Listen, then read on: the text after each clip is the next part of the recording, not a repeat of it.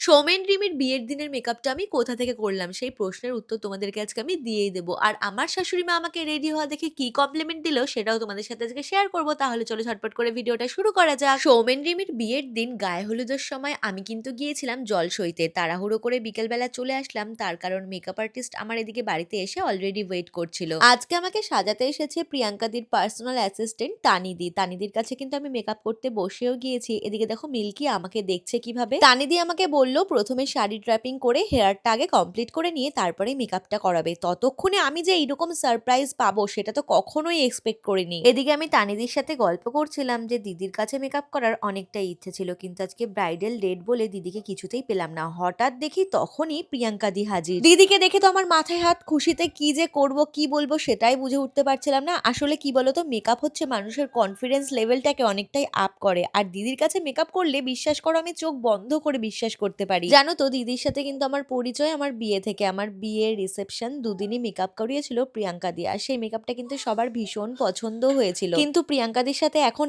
এমনই সম্পর্ক হয়ে গেছে, আমার মনেই হয় না এই বছরখানিক আগে আমার প্রিয়াঙ্কাদির সাথে আলাপ হয়েছে। আসলে আমার খুবই কাছের একটা মানুষের সূত্রেই কিন্তু প্রিয়াঙ্কাদির সাথে আমার আলাপ। কিন্তু দুঃখের বিষয় এটাই, যার সূত্রে আলাপ সেই মানুষটাই এখন আর পৃথিবীতে নেই। যাই হোক, সেসব কথা বাদ দাও। এদিকে দেখো রিপন সবার জন্য খাবার এনেছিল। আমার একটু খিদে পেয়ে গিয়েছিল তাই একটুখানি মাঝখানে খেয়েও নিলাম। আমার এই মেকআপ নিয়ে কিন্তু ফেসবুকে পুরো ঝড় উঠে গিয়েছিল। মনে আছে সেই 18,000 টাকার মেকআপ? আসলেই কিন্তু দিদি 18,000 টাকারই মেকআপ করায়। আবার এই 18,000 টাকা শুনে অনেকেই অনেক রকম কথা তখন বলেছিল। তোমাদেরকে বলে রাখি, দিদি কিন্তু পার্টি মেকআপের বুকিং সেরকম একটা নেয় না। যেহেতু দিদির সেদিনের ব্রাইডাল বুকিংটা আমার বাড়ির একদমই কাছাকাছি ছিল তাই কিন্তু দিদি আমাকে এসে সারপ্রাইজ দিয়েছিল। নর্মালি কিন্তু দিদি পার্টি মেকআপের বুকিং নেয় না। আর হাতের কাজের মধ্যে যে ডিফারেন্স থাকে সেটা হয়তো প্রিয়াঙ্কাদের মেকআপ দেখে তোমরা এতদিনে বুঝেই গিয়েছো। দিদির কাছে আমি বিয়ের সময় সেজেছিলাম, এখনো সাজলাম, এছাড়াও কিন্তু আরো কয়েকবার সেজেছি। বিশ্বাস করো আমি কিন্তু মেকআপের মধ্যে কোনো রকম ডিফারেন্স দেখতেই পাই না। দিদিকে আমি একবারও বলে দিনি যে আমার হেয়ার স্টাইল কেমন হবে, আমার মেকআপ কেমন হবে, আই মেকআপ কেমন হবে। দিদি নিজের ইচ্ছে মতো আমাকে সাজিয়েছে। আর এটাই হলো বিশ্বাস, যে আমি চোখ বন্ধ করে প্রিয়াঙ্কা দিকে বিশ্বাস করতে পারি। এবার তোমরা কমেন্টে জানিও যে আমাকে কেমন লাগছে। মেকআপ করতে করতে আমরা অনেক গল্প করেছি, অনেক হাসি ঠাট্টা করেছি। তারপরে প্রিয়াঙ্কা দি বাড়ি চলে যাওয়ার পরে দিকে আমি ঘটিয়ে ফেলেছি একটা ব্লান্ডার। বসতে গিয়ে সেফটি পিনটা আমার শাড়ি থেকে খুলে গেছে। তখন কিন্তু শাশুড়ি মা আবারও আমার শাড়ি ড্রাপিংটা করে দিল। আমার শাশুড়ি মায়েরও কিন্তু আমার আজকের লুকটা